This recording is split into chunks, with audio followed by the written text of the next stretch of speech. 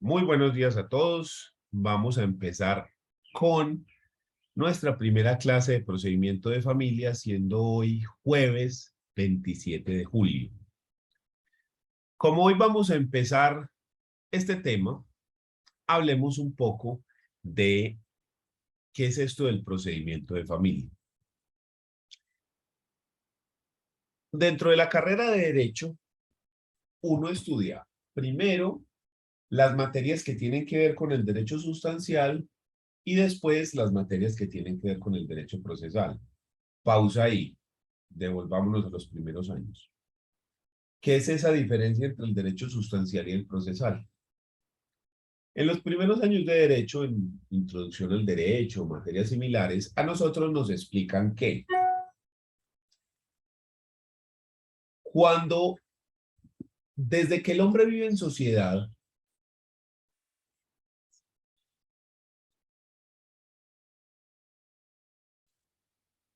esa convivencia de muchas personas siempre genera conflictos.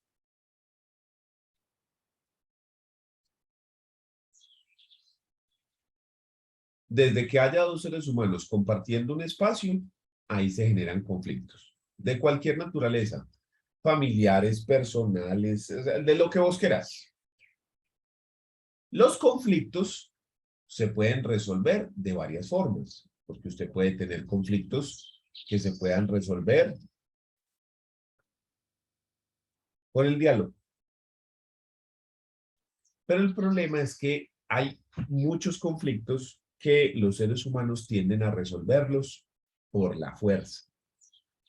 Eso es lo que se conoce como autotutela, cuando yo resuelvo mi conflicto por la fuerza. Y el problema de esto es que esto genera violencia. Y uno lo que menos quiere en una sociedad es la violencia.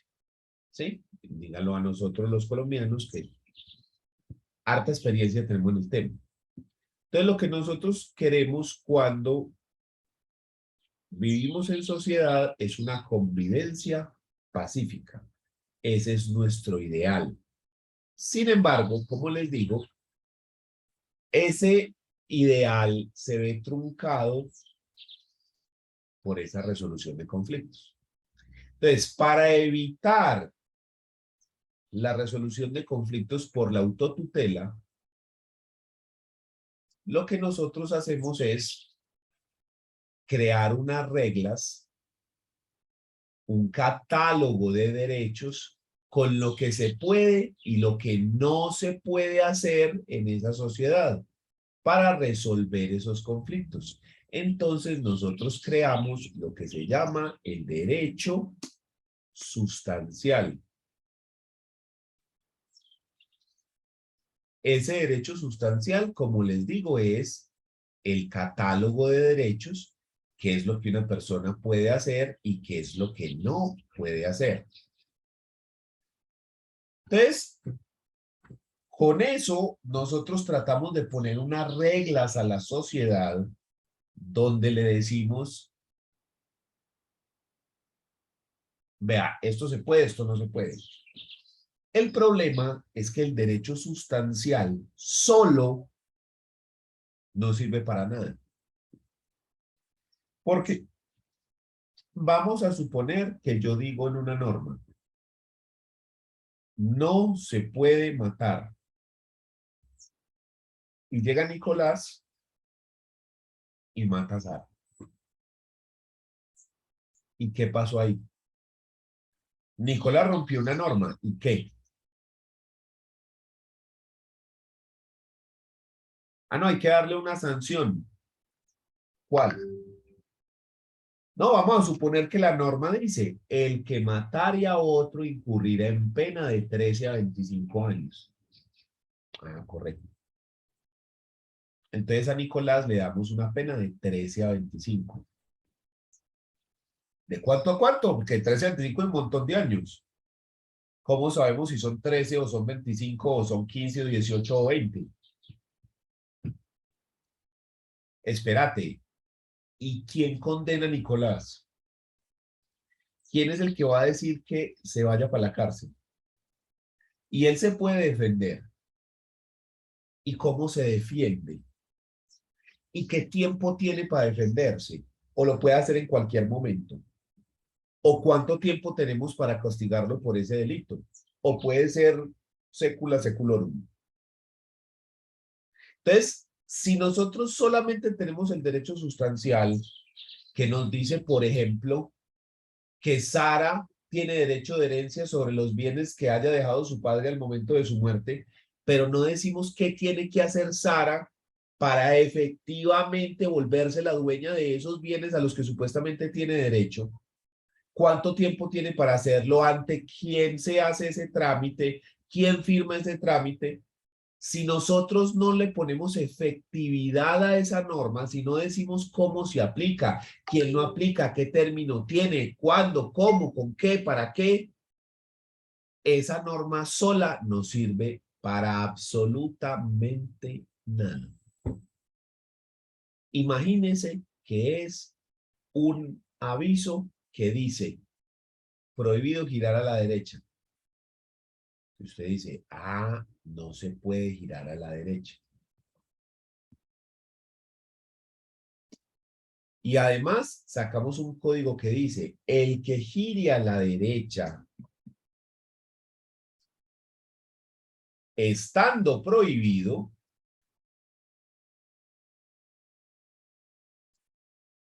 incurrirá en una multa de 1.500.000 pesos. Le dice, ah, ok, me multan. Muy bien. El problema es que la señal está aquí.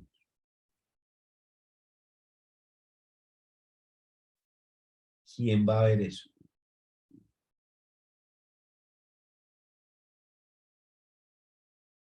¿Quién va a constatar que ese man volteó con ese camello a la derecha?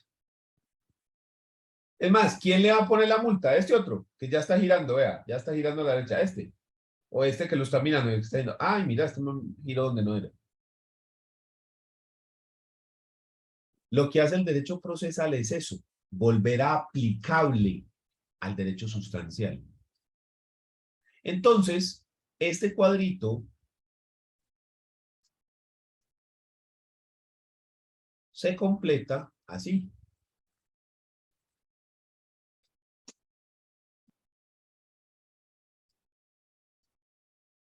El derecho procesal llega a cumplir la labor de establecer los márgenes, las formas, los tiempos, los sujetos en los cuales se aplica el derecho sustancial. Y esto con la finalidad de que podamos resolver esos conflictos de los que estábamos hablando.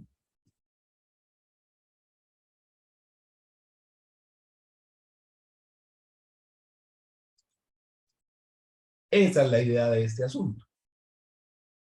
Para, de esa manera, mantener una convivencia pacífica. Entonces, de ahí es de donde sale el derecho sustancial. Ahora bien, ¿por qué toda esta carreta? Porque esta materia se llama procedimiento de familia.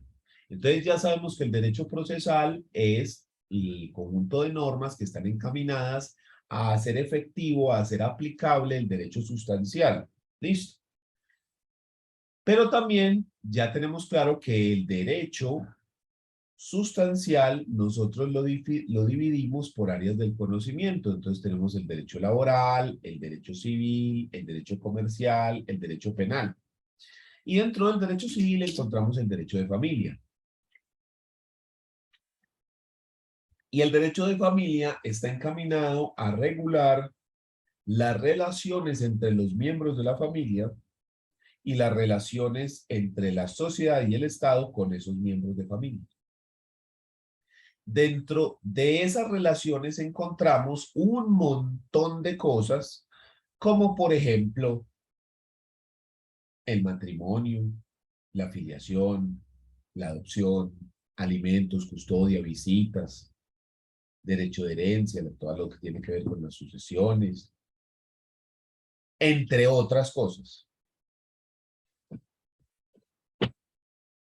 Entonces,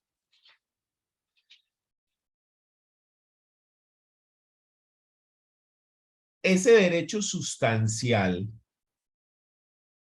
de familia es muy vasto, es muy grande, el derecho de familia es muy grande.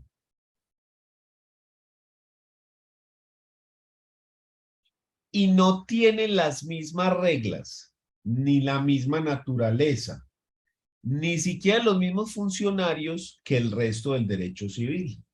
Porque el derecho civil tiene sus propios jueces, los jueces civiles, municipales, civiles del circuito, los tribunales superiores de distrito, sala civil, la Corte Suprema de Justicia en sala civil.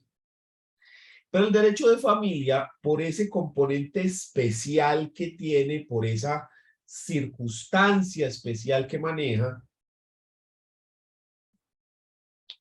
tiene unos funcionarios distintos. Es más, hay derechos y relaciones que son únicamente existentes dentro del derecho de familia y no en otra clase de derecho.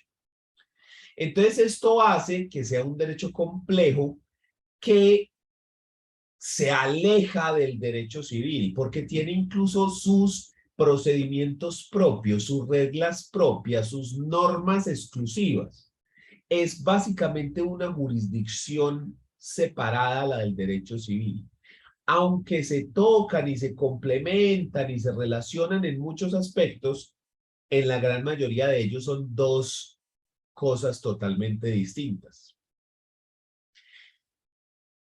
A esto le sumamos el tema de que nosotros en la universidad vemos derecho procesal, pero muy encaminado, muy dirigido hacia el derecho civil, dejándonos el vacío del derecho de familia. Porque a usted le enseñan más o menos qué es lo que tiene una demanda, que una demanda tiene entonces la identificación de las partes, la identificación del juez al que va dirigido, las pretensiones, los hechos, las pruebas, las direcciones de notificación, los anexos. ¿Estamos? Pero ¿cómo se hace una sucesión? Ah, es lo mismo, hay que presentar una demanda que tenga hechos, pretensiones, pa. Ok, ¿qué papeles necesito? ¿Qué se hace dentro de ese proceso? Entonces, todas esas cosas, todos esos vacíos que nos van quedando, es lo que llega a nutrir la idea de este curso. Hacer un curso diseñado, pensado para enseñar derecho procesal, pero dirigido específicamente al derecho de familia o a los procesos que tienen que ver con derecho de familia. Entonces, dentro de este curso, lo que vamos a hacer es dividirlo como hace el Código General del Proceso, que es el que regula el derecho procesal para el civil, comercial, familia y agrario. En el Código General del Proceso se nos divide en el libro tercero en 4 procesos. Entonces nos hablan de el proceso declarativo, el proceso ejecutivo, el proceso liquidatorio y el proceso de jurisdicción voluntaria. Esos 4 son las 4 secciones en las cuales se divide el libro tercero del Código General del Proceso, que es la Ley 1564 del 2012. Ahí, en ese Código General del Proceso, entonces nos cogen el declarativo tiene estas y estas y estas reglas, y se hace una audiencia así, así, así, se presenta así, así, así, así, así. Luego el ejecutivo se hace así, así, así, las reglas son estas, las audiencias, los funcionarios, los momentos, tal. Y luego en el proceso liquidatorio son estos y estos, la audiencia, la demanda, la TAN, el funcionario, y luego en el de jurisdicción voluntaria. Entonces lo que nosotros vamos a coger es coger ese mismo esquema, pero pasarlo a un estudio de los procesos de familia. Entonces nosotros lo vamos a dividir en procesos declarativos de familia, procesos ejecutivos de familia, proceso liquidatorio de familia y proceso de jurisdicción voluntaria de familia. ¿Listo? Entonces lo que vamos a hacer es coger eso y dirigirlo al derecho de familia. Eso es lo que nosotros vamos a hacer. Entonces vamos a empezar este tema hablando de la jurisdicción de familia.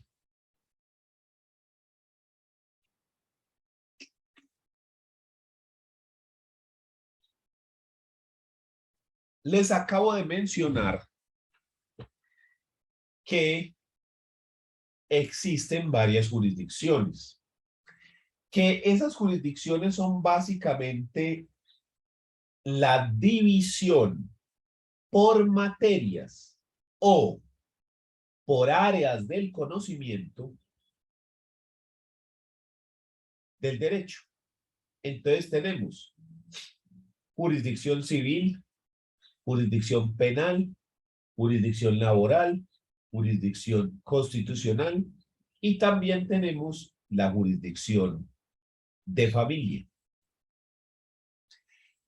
Al dividir de esta manera, es más fácil para la rama judicial, que es la entidad, el órgano del poder público encargado de cumplir con una función específica, como es la de resolver los conflictos de las personas mediante la administración de justicia. Es más fácil para la rama judicial llevar a cabo su cometido de resolver los conflictos de las personas para mantener una convivencia pacífica. Entonces, al dividir de esta manera, lo que hace la rama judicial es facilitar la ejecución de su función. Pero entonces, además de dividir en esas grandes ramas, que las llamamos jurisdicciones, también se divide, digamos, escalafonadamente o por cargos a los funcionarios que nosotros denominamos jueces. Y entonces creamos, digamos, la escala, la pirámide de los diferentes funcionarios judiciales. Generalmente en Colombia existen los jueces municipales, que debe haber uno por cada municipio, digamos que son la base de la pirámide, así como estamos viendo acá en esta diapositiva. Encima de ellos están los juzgados de circuito, que son, digamos, municipios más grandes, pero son los superiores jerárquicos de los municipales. Encima de estos tenemos los tribunales superiores de distrito, que tenemos uno por cada departamento, y en algunos casos, además del tribunal departamental, tenemos el tribunal de ciertas ciudades especiales como Medellín y Bogotá, donde tenemos Tribunal Superior de Antioquia y Tribunal Superior de Medellín. Tenemos los dos. Encima de los tribunales encontramos a la Corte Suprema de Justicia. Y la Corte Suprema de Justicia tiene una sala laboral, una sala penal y una sala civil y de familia. Se comparten la sala civil y de familia en la Corte Constitucional. Y en la punta, en la cúspide de la pirámide, yo Daniel Lopera, pongo a la Corte Constitucional. Porque si bien la Corte Constitucional es un equivalente de la Corte Suprema de Justicia, donde en la Constitución misma se dice que una no está encima de la otra, sino que son dos entidades de la misma jerarquía. Yo pongo por encima la Corte Constitucional porque la Corte Constitucional tiene un poder que no lo tiene ningún otro y que tiene que ser respetado incluso por la Corte Suprema de Justicia. Y es el poder de declarar la exequibilidad o inexequibilidad de normas jurídicas. Es decir, de sacar del ordenamiento o dejar en el ordenamiento jurídico una norma. Y esa decisión tiene que ser respetada erga omnes, o sea, por todas las personas, incluyendo los jueces de la Corte Suprema de Justicia. Como la Corte Constitucional tiene un poder que tienen que respetar, incluso los de la Corte Suprema están supeditados a lo que digan allá en la Corte Constitucional, por eso la pongo encima. Pero adicional a eso, ese poder especial de eliminar del ordenamiento jurídico una norma o de decir que una norma debe permanecer en el ordenamiento jurídico, se ha utilizado de tal manera que los avances que se han presentado dentro del derecho de familia en los últimos 20 años son casi exclusivos de la Corte Constitucional. En el Congreso han sido muy pocas las normas que hayan cambiado o evolucionado el derecho de familia en los últimos 20 años en comparación con lo que ha hecho la Corte Constitucional. Les pongo un ejemplo. La Corte Constitucional fueron los que permitieron que los compañeros permanentes tuvieran derecho de herencia, que no lo tenían. Fueron los que permitieron que hubiese unión marital de hecho del mismo sexo. Y posteriormente el matrimonio igualitario del mismo sexo. Lo mismo que la adopción.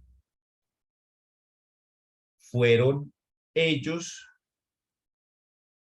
quienes le otorgan esa vocación hereditaria, además del derecho de herencia, el derecho a la porción conyugal también, al compañero permanente, que tampoco lo tenía. Y así, para no mencionar todos los casos.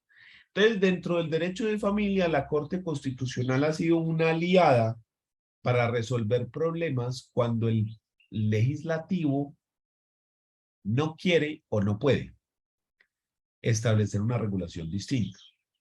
Entonces, por eso yo pongo a la Corte Constitucional en la cúspide de la pirámide, llamada a, digamos, ser ese organismo superior, ya que todos están obligados a respetar sus decisiones.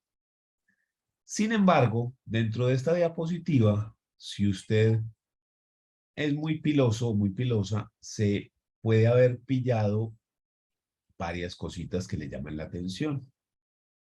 Lo primero es que en el fondo de la pirámide dice juzgados civiles municipales o promiscuos de familia, pero acabamos de decir que la jurisdicción de familia es una jurisdicción independiente a la jurisdicción civil. ¿Por qué dice ahí juzgados civiles municipales y no juzgados de familias municipales? ¿Qué pasa?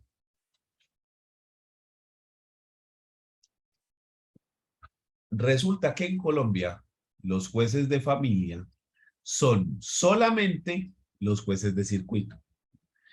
Cuando usted menciona la expresión juez de familia, damos por hecho, suponemos que es un juez de categoría de circuito, porque no existen jueces de familia municipales. No hay hasta la fecha. Deberían haber, porque hacen falta, muchísima falta. Pero simplemente no hay. ¿Por qué razón? Ahí sí no sé. No sé si es una razón política, económica o de otra índole. Lo que yo creo personalmente es que no hay recursos para eso. ¿Sí? O no hay recursos, no, sino que cuando se distribuyen los recursos del Estado, la rama judicial nunca es una prioridad, porque como la rama judicial no produce una rentabilidad directa, no es lo mismo que usted meterle, por ejemplo, usted tiene $1.000.000.000. Usted le mete esos $1.000.000.000 a Ecopetrol y Ecopetrol rápidamente pone esa plata a producir más y te produce una rentabilidad. O a empresas públicas de Medellín, o a, en fin, sí, usted le mete a esos sectores y eso empieza a producir recursos casi que de manera inmediata. En cambio, cuando usted hace una inversión En la rama judicial, usted no encuentra una rentabilidad directa. La rama judicial, su función es gratuita, entonces ellos no producen un recurso inmediato, pero sí producen recursos de manera indirecta y en el mediano y largo plazo, porque los países más desarrollados, los países que tienen mayor bienestar, una de las características más importantes que tienen es un funcionamiento de la rama judicial muy bueno. Un funcionamiento que es dinámico, que es más eficiente. Mire, le pongo un ejemplo.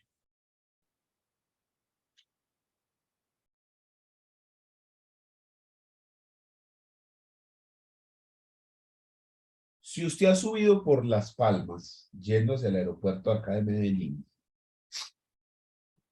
usted va a encontrar unos edificios que están ahí como abandonados, como en ruina, que eran de un proyecto inmobiliario que se llamaba o se llama Meritage.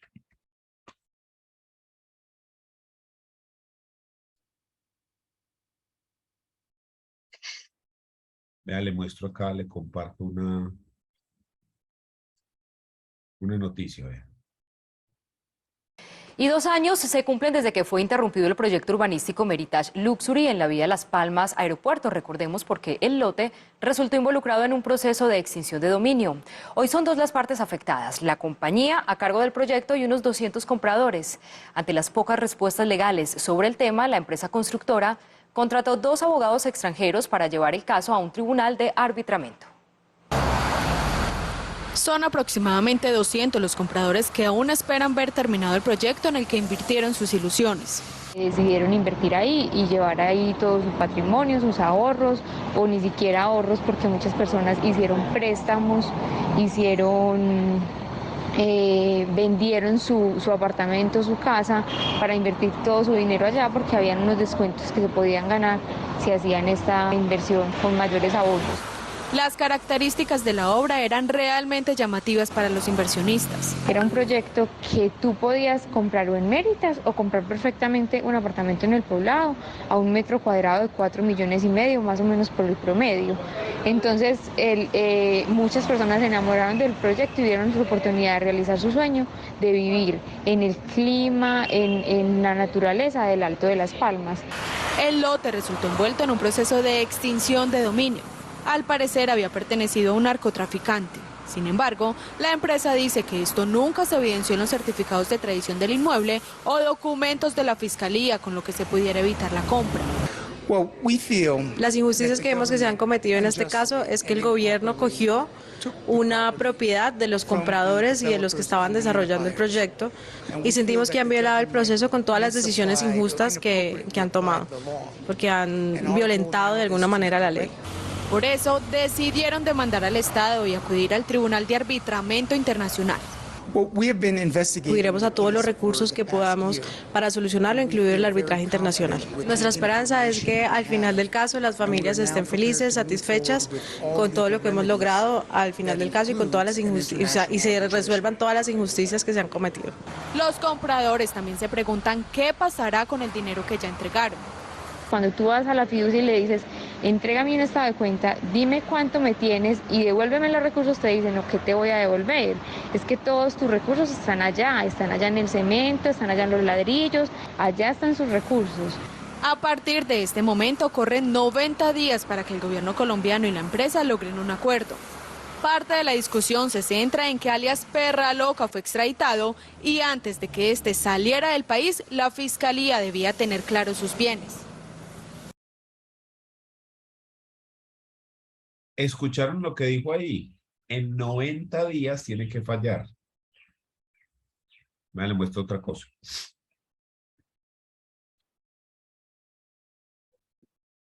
Mire cuándo fue publicado este video. ¿Sí lo ve aquí? 4 años, vea. Y aquí dice, 2 años se cumplen desde que fue interrumpido el proceso. O sea que van 6.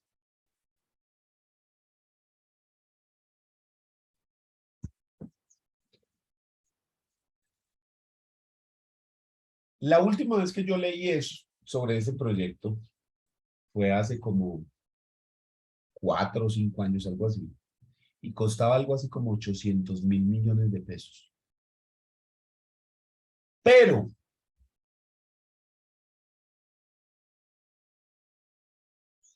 el año pasado,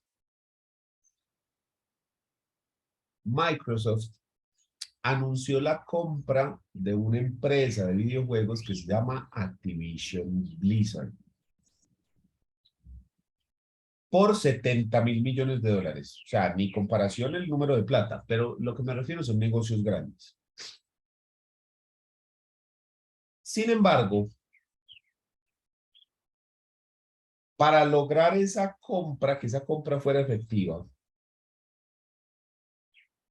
se inició una investigación en muchos países del mundo, como por ejemplo en Estados Unidos y en Europa y en Inglaterra. Divido Europa e Inglaterra porque en la Unión Europea se analizó de una forma, en Inglaterra de otra,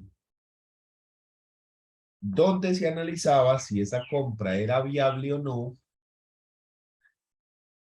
pensando en que eso fuese un monopolio, en que fueran prácticas monopolísticas que fueran en desmedro de los consumidores finales.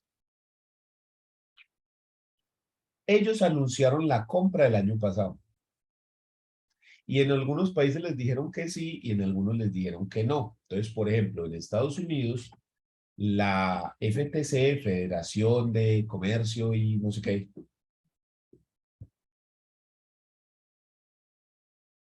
les dijo que no, que eso era un monopolio. Entonces les digo, usted no puede comprar eso.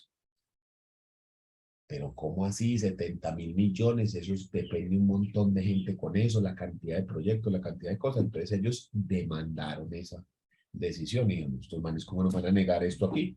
Entonces fueron donde un juez. El juez se demoró 3 meses. Ya resolvieron. Sí, sí, hágale que todo bien, no hay problema. No.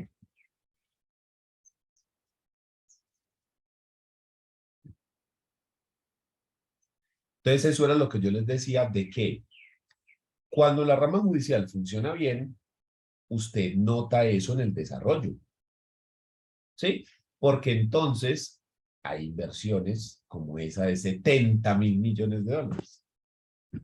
Entonces, a lo que iba con toda esta historia es que cuando nosotros vemos la organización de nuestra rama judicial, encontramos problemas como que no hay jueces de familia municipales. Y la única razón, creo yo, es comercial. O sea, es decir, no hay económica, no hay dinero para pagar esos jueces. Y como la rama judicial no produce recursos de una, pues entonces no hay inversión a eso. Pero el problema de esto es que ¿cuántos conflictos hay que deberían conocer jueces de familia municipales? Piense solamente en usted. ¿Cuántos conflictos de familia hay en su familia? Que es que aquel que se divorció, que están peleando por una herencia, que no le dejan ver el niño, que aquel le pegó a la mujer, que no sé qué, dentro de su familia. Y estoy seguro que hay mínimo 3. Y es cada uno de nosotros. Y sin embargo, no tenemos jueces específicos municipales. Entonces, ¿cómo resolvemos ese déficit? Hombre, ya que no hay jueces municipales de familia, ¿cómo resolvemos? Ah, pues con los jueces civiles, porque estos son los únicos juzgados municipales que sí hay mínimo 1 en cada municipio de Colombia. Entonces, lo que vamos a hacer es démosles lo que le correspondería a un juez de familia municipal a ese juzgado civil municipal. Entonces, por eso en la parte de abajo de la pirámide no encontramos juez de familia municipal porque no existe, sino jueces civiles municipales. Encima de estos, sí encontramos los juzgados de familia, que son categoría de circuito. Los circuitos son municipios grandes donde hay más de 250.000 habitantes. Asterisco. ¿Por qué asterisco? Porque no solo la población es un determinante para ello. Y un ejemplo lo encontramos acá en Medellín. Medellín tiene juzgados municipales y juzgados de circuito.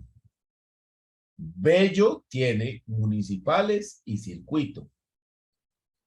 Itagüí tiene municipales y circuito. Envigado tiene municipales y circuito. Pero al ladito de Envigado allí está Sabaneta.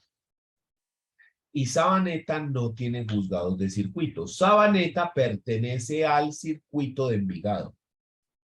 Entonces, los conflictos que le tocaría resolver a un juez de circuito en Sabaneta se tienen que trasladar hasta Envigado. Quedan ahí pues a nada porque los dos municipios están uno al ladito del otro. Y Sabaneta es un municipio muy pequeño, pero aún así allá vive mucha gente. Es un municipio dormitorio donde hay mucha gente que tiene su hogar allá y trabajan en Envigado, Medellín, así. Entonces, esa es una muestra. O el municipio de La Estrella también, tampoco tiene circuitos, pertenece al circuito de Itagüí. Y están todos acá dentro del área metropolitana. Entonces, en ese orden de ideas encontramos esa distribución de juzgados circuito y juzgados municipales. Pero no confundir con, aquí hay dos expresiones que se pueden confundir muy fácilmente. Una cosa es un juzgado promiscuo de familia y otra cosa es un juzgado promiscuo municipal. ¿Qué es un juzgado promiscuo municipal? La idea teórica es que en cada municipio haya un juez civil municipal. Ya sabemos que los de familia no hay, pero entonces que haya un juez civil municipal, un juez penal municipal y un juez laboral municipal, mínimo. Pero hay algunos municipios muy pequeños, muy pobres, donde no hay plata para contratar 3 jueces distintos. Entonces lo que hicieron fue coger todos esos 3 y amasarlo en uno solo que se llama juzgado promiscuo municipal. Y ese promiscuo municipal es el todero. El man tiene que saber de civil, de penal, de laboral, de familia, de comercial, de agrario, de lo que le caiga. Un promiscuo municipal es un juzgado de municipio que se encarga de resolver todas las áreas. Eso es un juzgado municipal. El promiscuo municipal. Y ahora, ¿qué es un promiscuo de familia? Un juzgado promiscuo de familia se da cuando la idea, volvemos al mismo, la teoría dice entonces que todos los municipios grandes o medianos tirando a grandes haya un juez civil del circuito, un juez de familia, un juez laboral del circuito, un juez administrativo del circuito, un juez penal del circuito. Pero este municipio no es tan grande para tenerlos a todos, pero no es tan pequeño como para no tener circuitos. Un ejemplo de esto es Río Negro, Antioquia. Entonces se ahorran uno. Y lo que hacen es que mezclan al juez civil del circuito con el juez de familia, que ya sabemos que eso es categoría de circuito. Entonces, un juez promiscuo de familia es un juez civil del circuito y familia del circuito. Recordemos que la expresión familia del circuito es un pleonasmo porque todos los jueces de familia son de circuito. Sí, entonces cuando decimos promiscuo de familia es de circuito que conoce solamente 2 cosas, civil y familia. En cambio, si nos vamos al otro lado donde está el juez municipal promiscuo, ese conoce de todo, mínimamente penal, laboral, familia, agraria. Estamos, entonces por eso encuentra usted esas dos particularidades. Encima de los jueces de familia, encontramos las salas de familia de los tribunales superiores de distrito. El Tribunal Superior de Distrito se divide en salas. Y allí encontramos la sala de familia. Sala de casación civil, perdón, sala de familia. Y encima está la Corte Suprema de Justicia, que también se divide en salas y donde no hay otra vez una sala independiente para familia y otra para civil, sino que se comparten. Entonces, por eso tenemos sala de casación civil y de familia. Y esta es la organización que tiene nuestra jurisdicción. Pero, entonces, ¿de qué se encarga cada juez? Esto lo vamos a encontrar regulado en el Código General del Proceso. En los artículos que están viendo ustedes en pantalla, se nos dice de manera específica de qué asuntos se encargan estos jueces. Entonces, los jueces civiles municipales en única instancia, los jueces civiles municipales en primera instancia. ¿Por qué civil municipal? Porque recordemos que este es el encargado de asumir las funciones de familia. Y usted lo va a ver cuando usted mira el artículo 17 y el 18, que dice los asuntos de familia, Los jueces de familia en única instancia, jueces de familia en primera, jueces de familia en segunda, Tribunal Superior de Distrito, sala de familia y sala civil y de familia de la Corte Suprema de Justicia.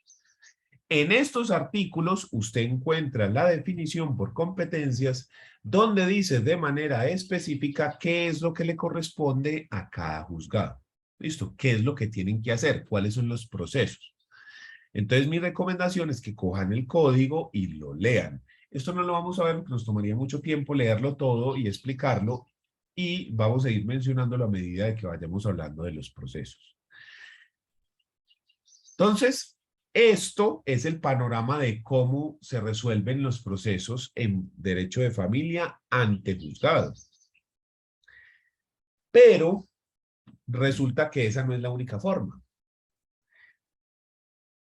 Un divorcio se puede llevar en juzgado o en notaría. Entonces uno dice, ¿en notaría? ¿Por qué? Porque resulta que una forma de descongestionar la rama judicial es con una figura que se llaman equivalentes jurisdiccionales. Equivalentes jurisdiccionales son funcionarios o entidades, organismos, que aunque no pertenecen a la rama judicial, sí pueden cumplir funciones jurisdiccionales con la finalidad de resolver conflictos y que esa resolución sea equivalente a una decisión de un juez. Entonces encontramos equivalentes jurisdiccionales que toman decisiones y que resuelven conflictos en familia.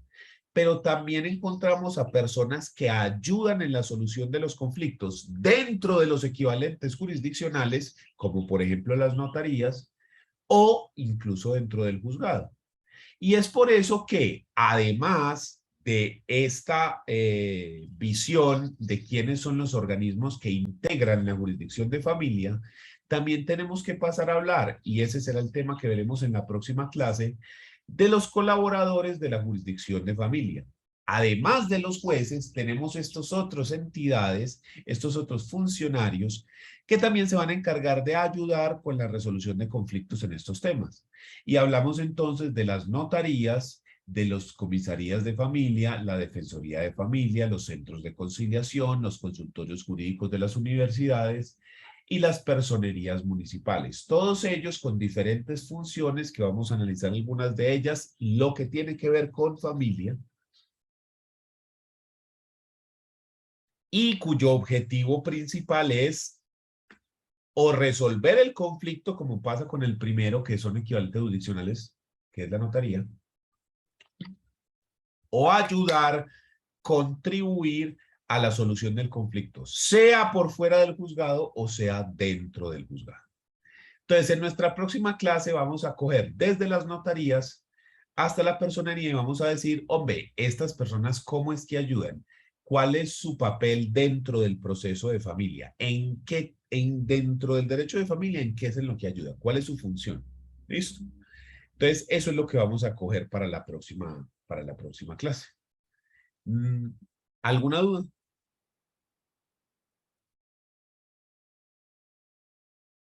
Muy bien, entonces dejamos así y nos vemos la próxima semana y cogemos desde este tema en adelante.